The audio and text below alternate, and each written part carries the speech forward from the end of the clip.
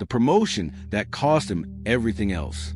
It was supposed to be the moment everything paid off. The title he worked toward for years. The validation no one questioned. Promotions are framed as milestones, proof that effort mattered. In today's professional world, advancement still signals success, status, and stability. But what happens when the thing you chase finally arrives and quietly begins taking more than it gives? What happens when the milestone becomes a weight?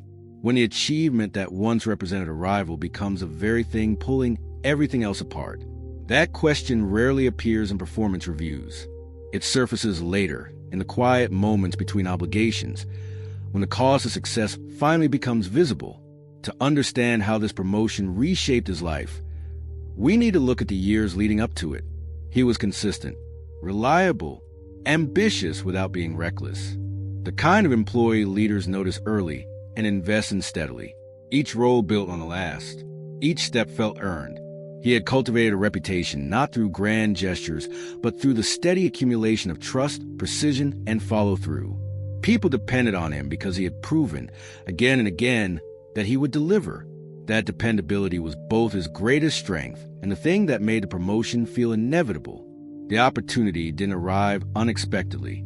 It was anticipated, discussed in performance reviews, implied in hallway conversations. When it was finally offered, it felt inevitable. Turning it down never crossed his mind. This was progress. This was forward. Declining would have felt like a betrayal of everything he had worked toward, a rejection of his own trajectory. So he accepted without hesitation, grateful and certain, and entirely unprepared for what the role would ask of him. At first, the change felt empowering. Authority expanded. Influence increased. Decisions carried weight. His calendar filled with meetings that mattered. His opinion shaped outcomes. The promotion delivered exactly what it promised. He sat in rooms he had previously only heard about. He contributed to conversations that moved the organization forward. The validation was real. The recognition was earned. And for a few months, the trade felt entirely worth it. But it also altered everything else. Time disappeared first. Evenings blurred into work. Weekends became optional. Availability turned into expectation. And the role didn't pause when he left the office. It followed him home, quietly and persistently. Notifications arrived during dinner. Problems surfaced over weekends. Decisions that couldn't wait extended into personal hours. The boundary between work and life didn't dissolve dramatically. It thinned gradually, until it existed more as a concept than a reality. He told himself it was temporary. That balance would return once he proved himself. That this was simply the price of advancement. And for a while, the trade felt justified. Every high-performing role requires an adjustment period. Everyone who advances goes through the same recalibration. He had seen others do it. He expected to emerge from it intact, until the cost became harder to ignore. The pressure didn't feel heavy at first. It felt normal. Expectations rose quickly.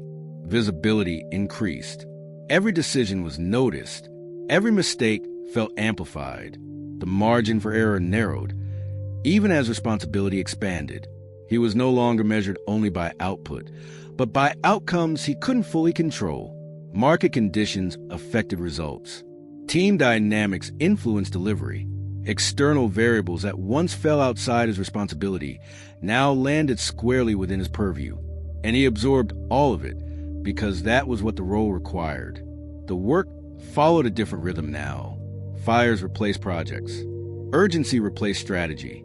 Conversations shifted from collaboration to accountability. He spent more time managing tension than building momentum. And slowly, the parts of the job he once enjoyed began to disappear. The intellectual work that had energized him, the problem-solving, the building, the creative decision-making, gave way to escalation management, performance conversations, and endless coordination. The job had changed not just in scope, but in character. Outside of work, life adjusted around the role. Plans were tentative. Presence became partial. Even when he was physically there, his attention wasn't. Messages waited. Problems lingered. Rest felt conditional, always borrowed against what was coming next. He attended events without arriving, sat at dinners while mentally composing responses to tomorrow's challenges. The people closest to him noticed before he did. He noticed a change in small moments: skipped meals, missed calls, fatigue that sleep didn't fix, the sense that everything else existed in the gaps between meetings. He wasn't burned out yet, but he was heading there steadily, on a trajectory he recognized only in hindsight. At the time, it looked like commitment. It felt like sacrifice. And sacrifice, in professional culture, is often celebrated rather than questioned. Still, stepping back felt impossible. The promotion had raised expectations everywhere. Saying no felt like failure. Slowing down felt like weakness. He carried the unspoken belief that success required sacrifice, and that sacrifice proved worth. That belief was reinforced constantly by culture, by peers, by the very systems that had rewarded his endurance all along. People congratulated him constantly. From the outside, everything looked right. Career advancing, influence growing, stability secured. And yet, beneath the surface, something was eroding quietly. The things that had given his work meaning, clarity, growth, connection, purpose, were being displaced by the volume of the role itself. He was succeeding at being in the role, without succeeding at being himself within it. The promotion had delivered status, but it had begun extracting something far less visible. And the longer he ignored it, the harder it became to name what he was losing. The breaking point didn't arrive dramatically. It crept in through accumulation. Weeks blurred into months. The pace never slowed. Instead, it normalized. Exhaustion became baseline. Stress became background noise.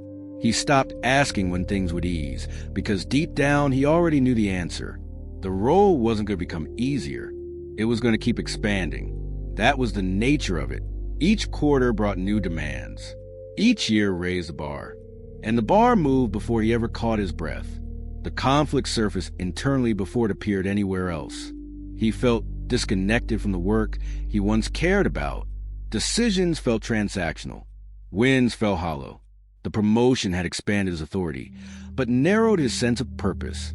And the higher he climbed, the harder it became to admit that something was wrong. Because admitting it would require examining the very ladder he had spent years climbing, and questioning whether the top was where he actually wanted to be. Then life intervened. A missed moment he couldn't recover. A relationship strained by absence. A realization that his availability to work had come at the cost of being unavailable everywhere else. The trade was no longer abstract. It was personal, and it demanded acknowledgement. He could no longer treat the collateral damage as temporary. It had duration. It had accumulated. And some of it, he was beginning to understand, could not be recovered. He considered stepping back, not quitting, just recalibrating. But the system resisted. Expectations were set. Roles were defined. The machine didn't slow for reflection. It rewarded endurance, not honesty. And that made the decision heavier. Recalibration wasn't built into the structure. The paradox became impossible to ignore. The promotion that validated his career had quietly destabilized his life. The success he achieved required a version of himself he didn't recognize anymore. He had advanced by becoming something. And yet, walking away felt unthinkable. Too much invested, too many people watching, too much identity tied to the role. The sunk cost of years of effort made retreat feel like erasure, as if stepping back would invalidate not just the promotion, but everything that had led to it. He stood at a crossroads no one prepares you for, where advancement no longer means improvement. And the question shifted from how far he could go to whether he should continue at all. The decision didn't come from ambition. It came from honesty. He didn't walk away overnight. He started by reclaiming boundaries, saying no without apology, redefining what availability meant. The role didn't change immediately, but he did. And that shift exposed a truth he had avoided for too long. The system would always ask for more.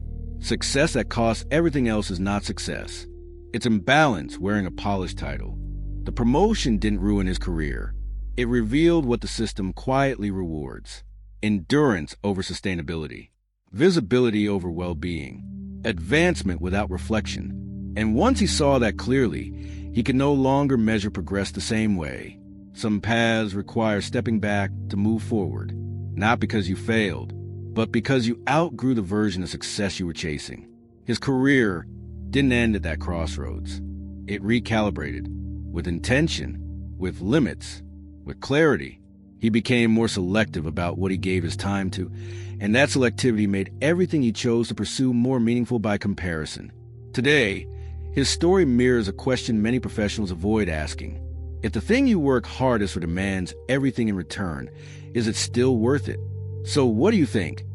Are we repeating the same mistake again? The promotion